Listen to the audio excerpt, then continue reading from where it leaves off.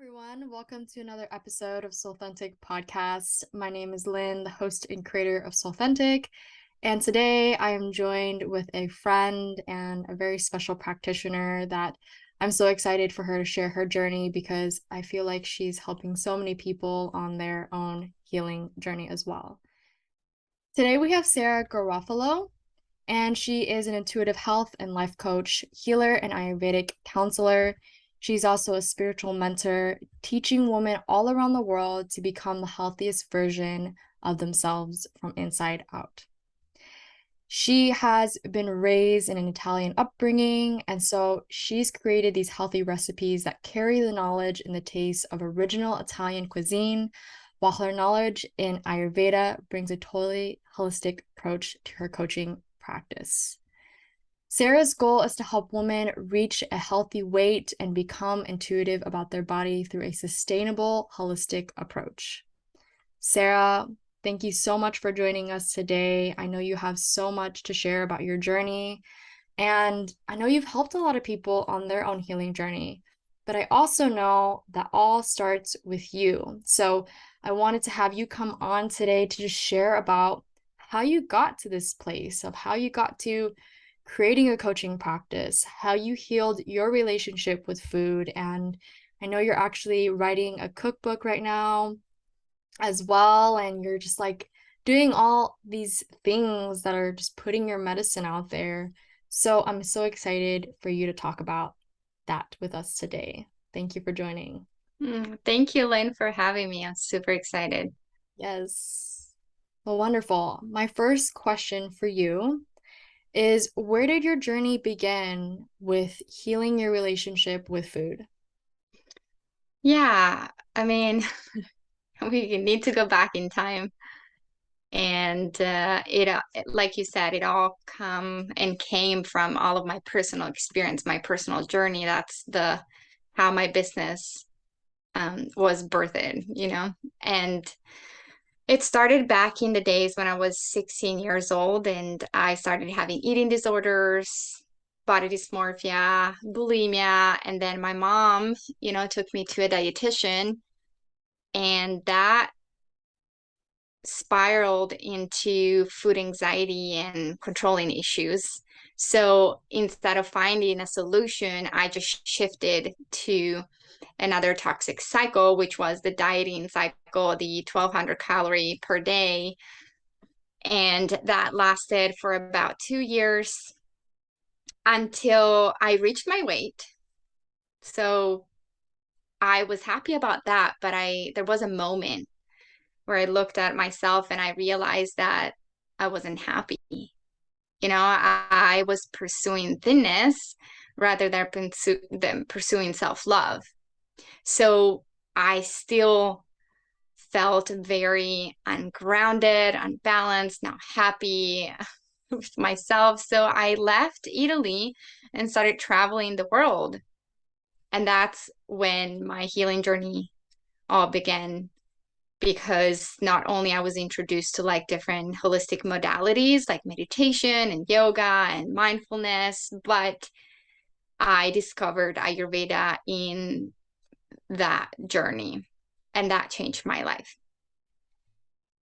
Amazing. And thank you for sharing your journey. I really feel that there's so many people that are going through that same experience that you've gone through right now, and they just don't have the tools, they don't know which direction to go towards. And what was the point of where you're like, I need to change something? Or was it just learning other ways of approaching food and approaching health that was what decided you to change? Like, I guess, what was kind of that turning point for you? That turning point was that moment when I lost the weight through a very toxic cycle. And Mm-hmm. I realized I didn't have anything sustainable. Mm-hmm. I didn't learn anything. I only learned to control my body and control what I was eating, the calorie amount. And then I literally sat there and I was like, this is not going to get me anywhere. Wow. So obviously, I did believe in the mind body connection and I started researching that. Mm-hmm. That was a turning point for me because I was like, well, I don't want to live my life like this. Like Hmm. it's not realistic to continue living like that until I'm 30, 40, 50 and Right. be living under a 1200 calorie per day. Right. Yeah. And, what I'm feeling based off of what you're saying is it doesn't feel natural. It Right. doesn't feel, sustainable to look at our body as if it's just like calories and a number instead of actually feeling into what our body needs that day. What does my body actually want to eat? What am I craving? What is that telling me? So, how did you begin to cultivate the intuition around eating then? Because I know that's a big piece of healing your relationship with food is becoming intuitive with what you need, right? So, how did you begin to cultivate that? So the first step for me before Ayurveda was literally practicing mindfulness. I would get the my plate and I would sit in my bedroom with nothing else, no one else around me, nothing else to do. And I would literally chew on the food, all of the things that you read in books. I did practice that for weeks and try to be present with the physical hunger versus the emotional hunger cues that I was receiving. So I practiced that, and that got me to a place of stillness. But it wasn't until Ayurveda. That's what I really call intuitive eating. Because when you read a book about intuitive eating, it's very basic. They pretty much say, eat what you want whenever you want to. And I got so confused by that, and so do my clients. Really, intuitive eating is learning your body type and what food energetically matches your energy and your body so that you can metabolize that.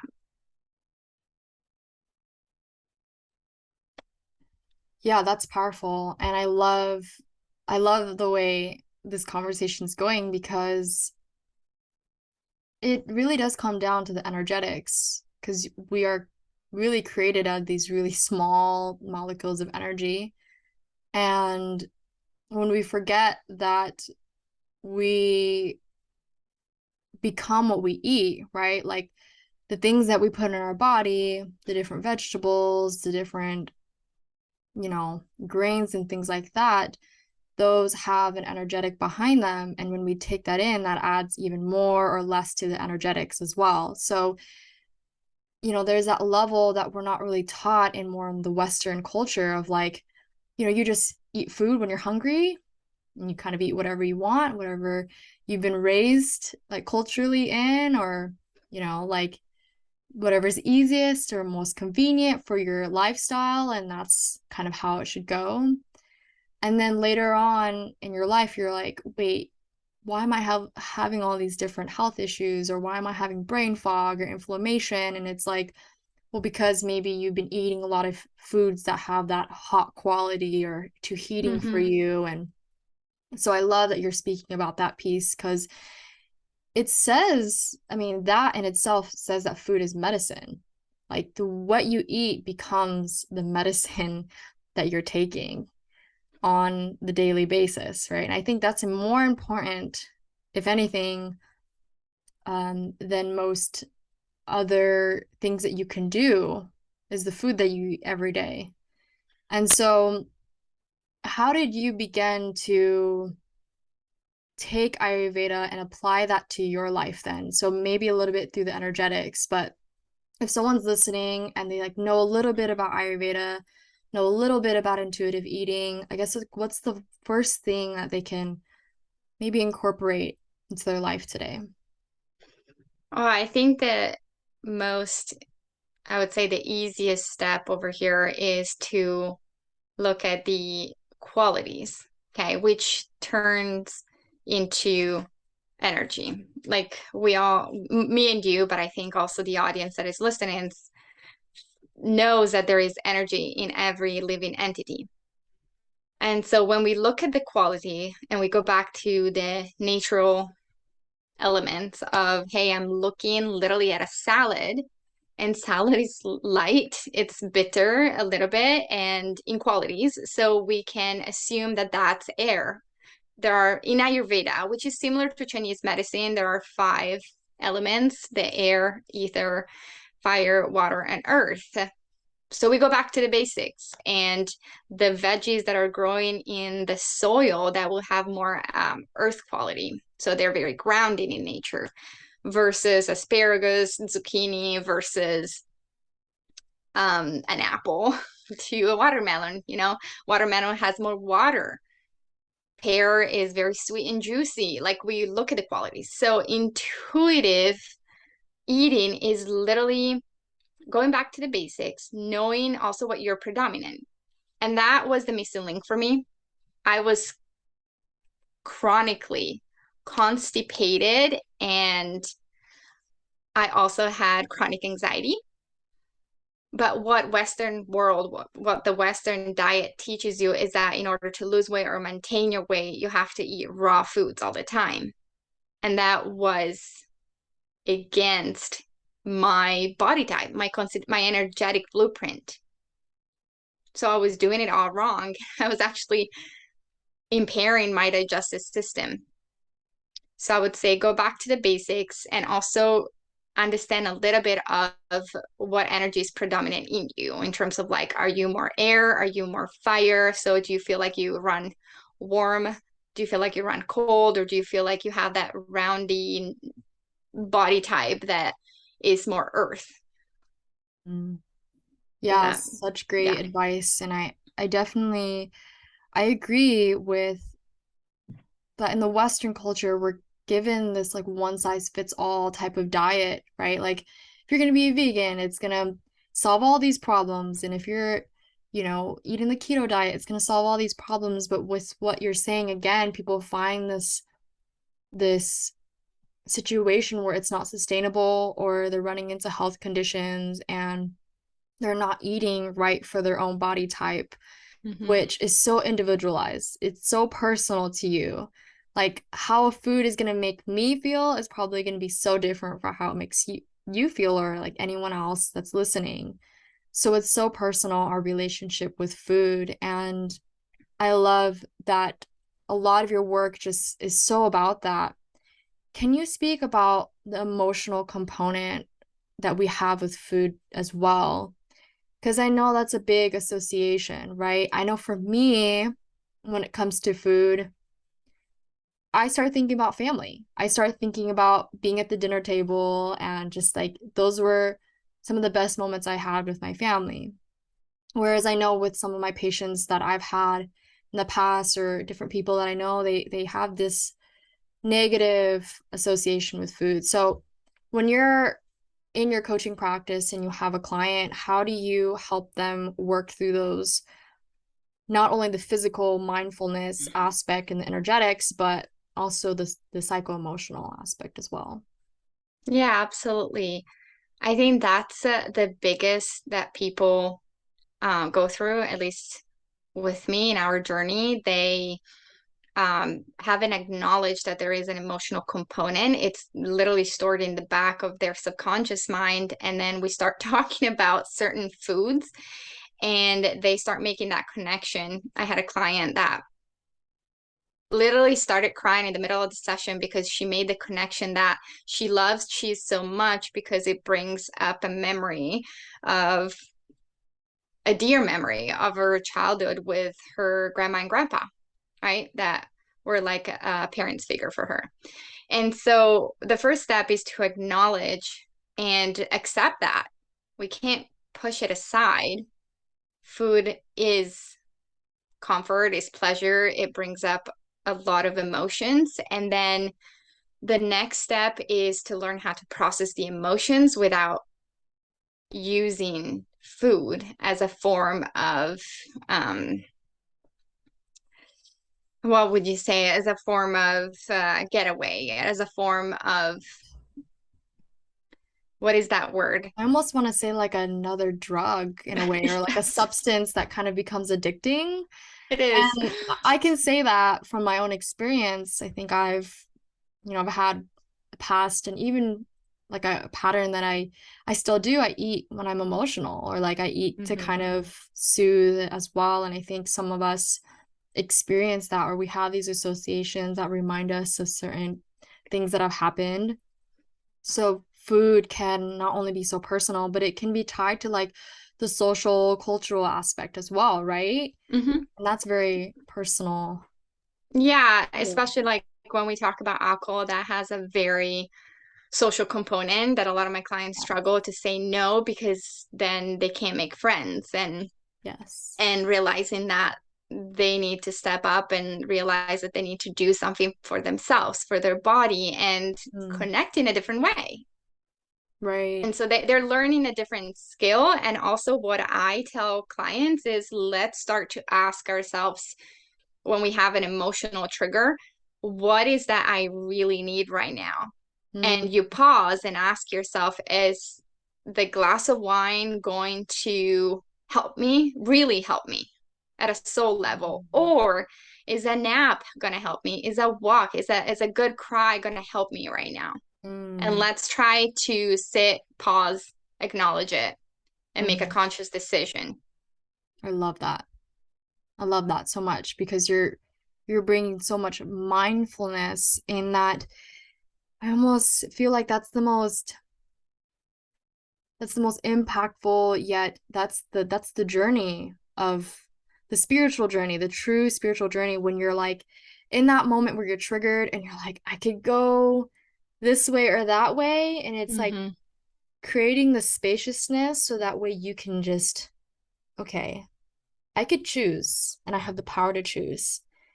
And well, what will I Yes. choose? Right? I love that. Exactly. Yeah, and when someone starts to become responsible for their own action, when you start choosing consciously rather than being like, well, that's I'm the victim, right? Like I am unconsciously doing this. Well, there is a really big moment here of shifting to be like, well, I'm choosing, so better taking all of the responsibility of how I'm going to feel after this. Mhm. That literally is the first shift. Yeah, that's big. I agree with that. I think that's when I started really understanding my relationship with food as well. Was like, oh, if I eat this certain thing, it's gonna make me feel this way. And I think as like teenagers and kids, we were never really, at least for me, in my experience, I was never properly taught which foods were good for me, or like if I Mm-hmm. eat too much of this food, it's gonna be bad. And like I was kind of raised on like eating a lot of junk food and things like that. Like this the kind of typical kids diet in America. Um, and so I had to really change that as I grew up, being an adult. And so I want to get your perspective on, you know, parenting, because I know you're a mama and Mm-hmm. um you're so knowledgeable with food and your relationship with that and in your own experience. How are you educating your own children about food, and how has that process been like for you? Yeah, absolutely. I think it's so natural that pe when people ask me that, I have to reverse engineer the question because since they were babies, literally, I'm always in the kitchen. So they would sit in the high chair or they would help me with making the soup or the ingredients.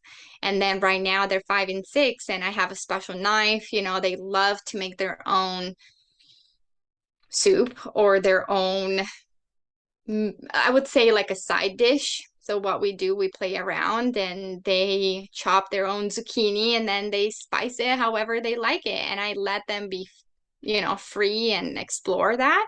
At the same time, they help me grabbing herbs from the garden and making, usually soup is the easiest, but they help me with desserts and all of the other things. So it's really empowering for them to have that connection with food and also mealtime. And we sit down and we're present with each other. We try our best, at least. I So, love that. Yeah, and it sounds like you give them a lot of like playtime when it comes to their food. Like you allow them to explore and just experiment. I think that's like the biggest part of being a kid. That's all you're doing is understanding and learning about your environment and the world. So I think that's amazing. I definitely resonate with that. And as you were speaking, I thought about my own mom who, she's Vietnamese and Chinese and just always in the kitchen making pho and all of these types of different dishes with so many different spices. And that's how I would learn, was just like being in the kitchen, smelling things, experimenting, like asking questions and being curious about food. So I love that you just give them a role in that process as well. Because I think that there's some people that I meet, different patients and things that are like, I have no connection with food at all. They tell me that. They're like, I have no Mm-hmm. connection with food, and food is just one of those things that I just check off on my list to do in the day, and I have no connection with it at all. And so, of course, that can happen with so many different experiences. But I feel Mm-hmm. like as a kid, being introduced into the kitchen that early just immediately connects you with food. So I love that. Yeah, thank you. I think it's important. And again, I, like you, had a mom that was always in the kitchen, Mm-hmm. and she blessed me like literally with home cooked foods. We never ate out. She literally had all the meals ready for me every single day. She hated leftovers, so literally I had no, like, always fresh foods. Mm-hmm. And she's such a wonderful chef that that's what she taught me. Yet Mm-hmm. the one thing that she didn't do with me was to explore. Like, the Italians are very like, this is the only way. Mm-hmm. And I'm just in my own journey as a mother, realizing that I want to take it a step further Mm-hmm. with my kids and let them explore without saying, oh, this is too much. And I'm like, well, just play with it, try it, and you'll figure it out. And Yeah. then we try it all together. And I think that's freedom and also exploration for kids too. Yes. Oh, Yeah. so beautiful. So beautiful. And do you also like incorporate some like the mindfulness with them as well? Like how does this taste? Or like what are you feeling when you eat certain foods and things like that with them? Yeah, definitely. I ask them questions, especially when we Mm-hmm. try the spices. Mm-hmm. What does it smell like? Oh, what does it taste like? And Mm-hmm. we literally we talk about that for sure. Mm-hmm. And that's very empowering for them, I believe.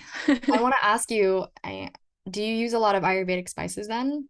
hmm Which ones are your favorite and why? Well, honestly, I use a lot of turmeric. That's my favorite. I always put turmeric because it's anti-inflammatory and it cleanses the blood. It has so many health benefits. Mm-hmm. But ginger is kind of there all the time. Cinnamon, we love cinnamon. Love cinnamon, yes. It's warming. It's really good for your circulation, Mm-hmm. clearing toxins. And then I love in soups cumin and coriander for the Mm-hmm. specific benefit of decreasing gas in small intestine. So Mm-hmm. because I tend to have that, Yeah. as you know, in my mind body constitution, I like to use those ones that allow me to not get bloated. Mm-hmm. and and then I love using the a little bit of cayenne pepper, not that much. I'm not too fond of like very pungent, but Mm-hmm. sometimes I do use that, and then a lot of herbs. And that's when I combine also Italian herbs. Like we have sage, rosemary, parsley, and mint, and more. Like we have Like so oregano many. and Yeah, yeah. and thyme and all of those in the garden. So they usually Um, pick those. so fun. I love that. I love that. Yeah. I learned a little bit about Ayurveda in school. So in TCM school, we have like electives and we can take Ayurveda as an elective. And it was just so incredible learning about how using ghee and putting the herbs in the ghee actually helps bring out the essential oils and Mm-hmm.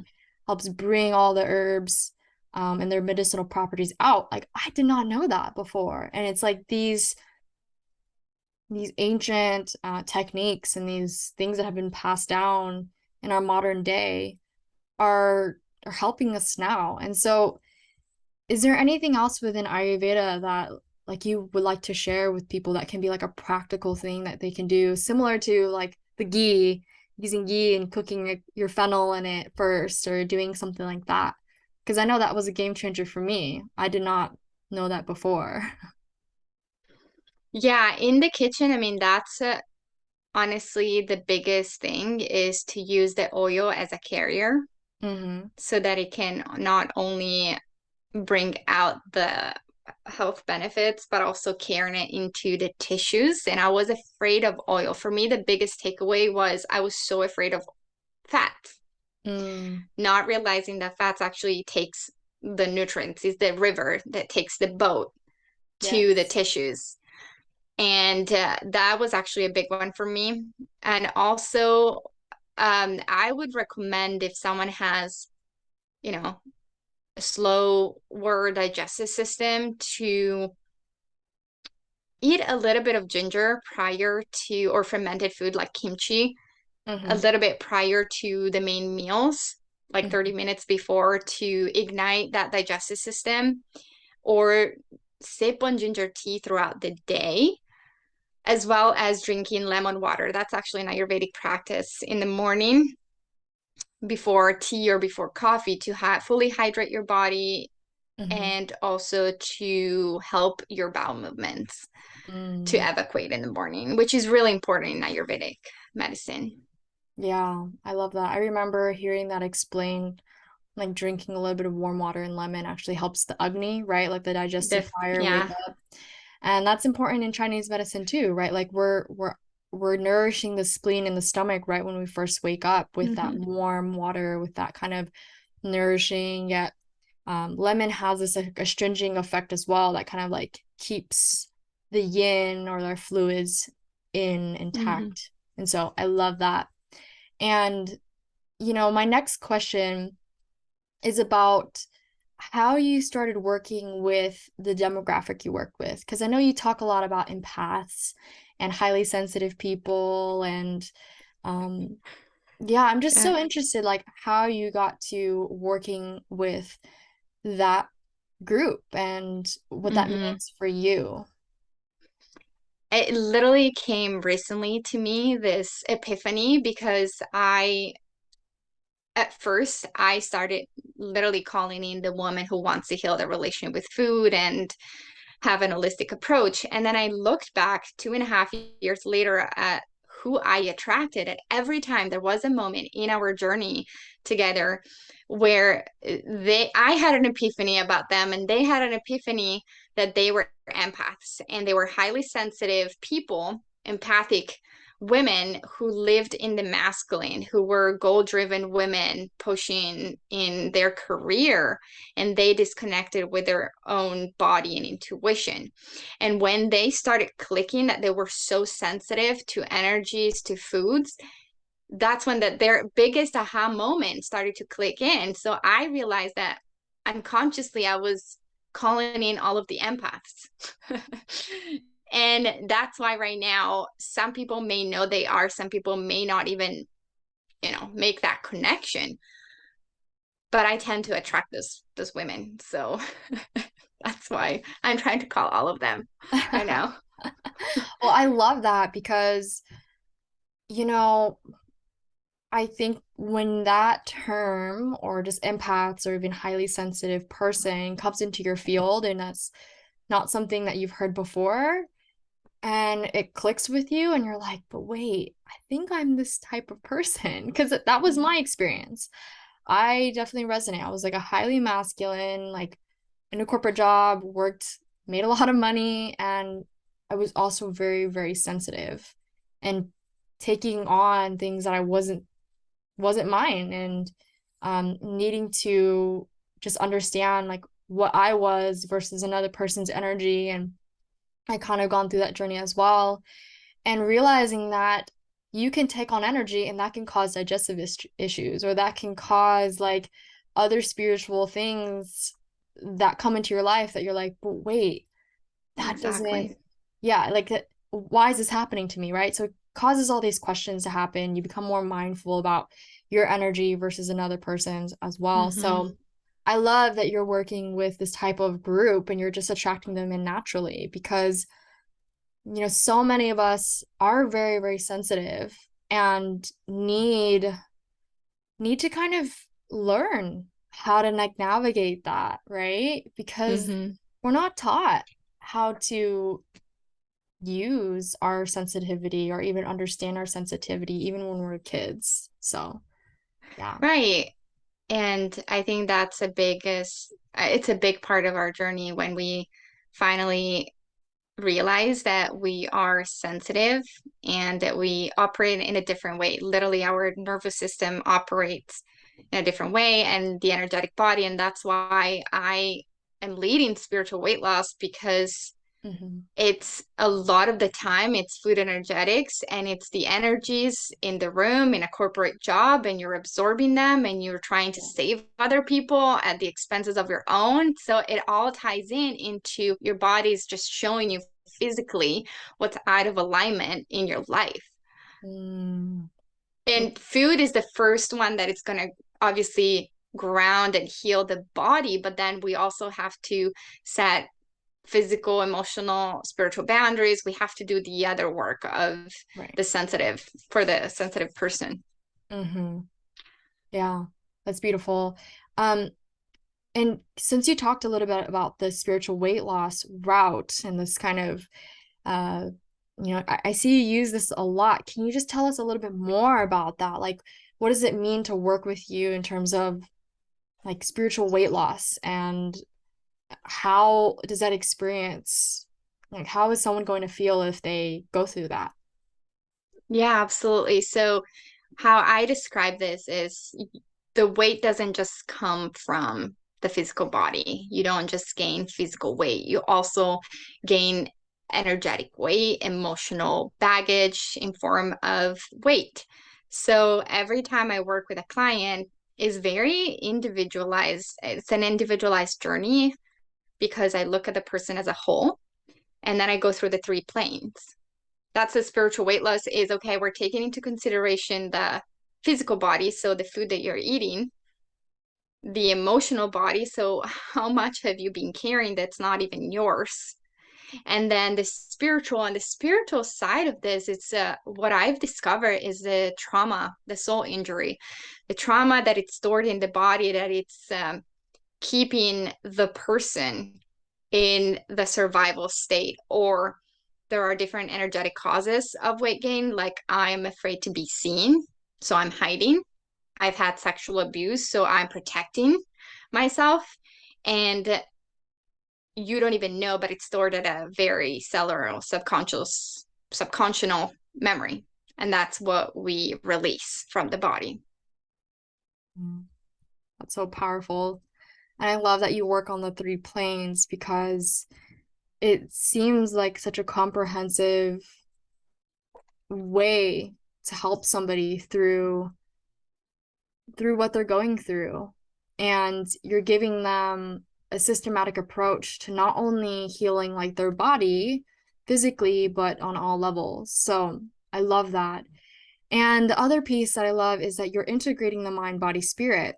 Mm-hmm. Oftentimes in this Western approach, I mean, in TCM, we're kind of taught like everything's physical, like treat on the physical level, and the mental emotional is just a side thing that you add more acupuncture points on, or you give herbs for, but it's not this integrated whole holistic approach that's like, but wait, if someone is experiencing this physical ailment, that also comes with the depression or the anxiety Mm-hmm. or all of these other factors.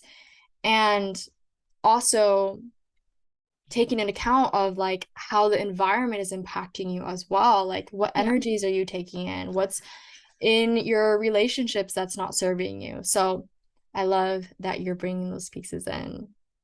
Thank you. Yeah. To make it a little bit more tangible, a quick example was I had a client who started and said, my job is beautiful. I'm doing it. Yeah, yeah, yeah. 6 months later, throughout our journey of her self-discovering, Mm-hmm. she started to recognize that actually she wasn't feeling valued at work. And she was kind of like she was in the avoidance space Mm-hmm. of saying like, it's all beautiful fairy tale over here. And Mm. then she started experiencing fatigue, extreme fatigue. And she went to the doctor, but her lab test came back normal. Mm. She came to the college, she's like, I don't understand. And I'm like, why? Like, I know that you need to do this. Once you send that letter in and you know this already, I'm sure that your energy will come back. And that's what happened to her when Wow. she let go. Yeah, He that's started to really come back. powerful. Hmm. I'm thinking about that in terms of Chinese medicine. Oftentimes, when someone experiences like chronic fatigue or they're just like extremely fatigued, their kidneys are taxed.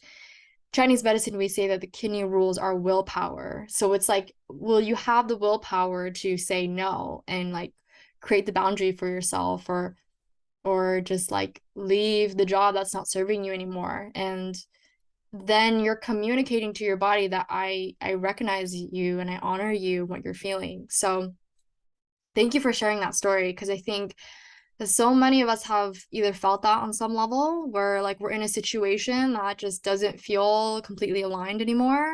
And we feel tired of it and we're like, how much longer can I go with this? Hmm. So having the support such as like a mentor or a coach there to like hold us in that process is really important as well. And that's my next question in terms of like your coaching practice. Hmm. How did you begin to build that? And I know you are a single mom, an entrepreneur. You have so many parts to you. You're like writing a book and all these pieces. How did you create that? Like, I know you actually told me that you created something that you wish you had. How did Hmm. you, I know it's a big question, but like, how did you do that? And what was the different pieces, I guess the most important part of creating that?